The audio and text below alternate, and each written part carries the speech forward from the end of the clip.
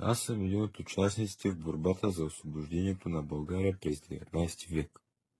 Роден съм през 1844 година в град Габрово.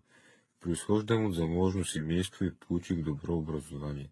Дълго време вярвах, че българите могат да постигнат правата си по мирен път, но несправедливостите и жестокостите на османската власт ме накараха да поема по пътя на борбата.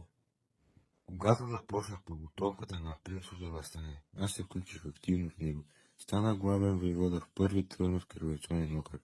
Под мое ръководство въстаниците отблъскаха десетки атаки на многочислени противни. Въпреки героизма ни, въстанието беше потушено.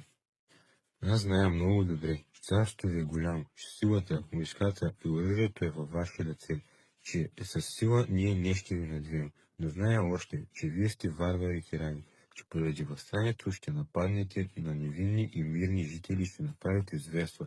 Нашата цел, прочее, не е била да ви надвием със сила, но само да ви предизвикаме да направите зверства, които вече направихте премного и благодарение на което компрометирахте пред целия образован свят. А тая наша цел е достигната вече. Бъдете следователно известни, че ние победихме.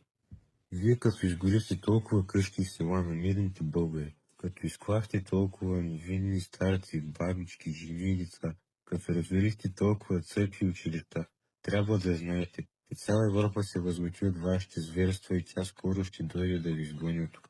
Затова стягайте се да бягате към Анадола. Вие издадохте Хатишерифа и не го изпълнихте. Издадохте Хатихумаюна и него не изпълнихте. Обещахте правдини на християните и тях не дадохте. Мислите си, че все с лъжи ще я карате. Европа се насити на лъжите ви, вече не ви вярва. Вашата се свърши вече. Европа, както казах, ще ви изпъди от тука.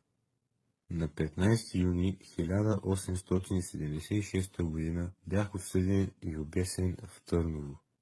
Загинах, но вярвах, че саможертвата ни ще отвори пътя към свободата на България. Кой съм аз?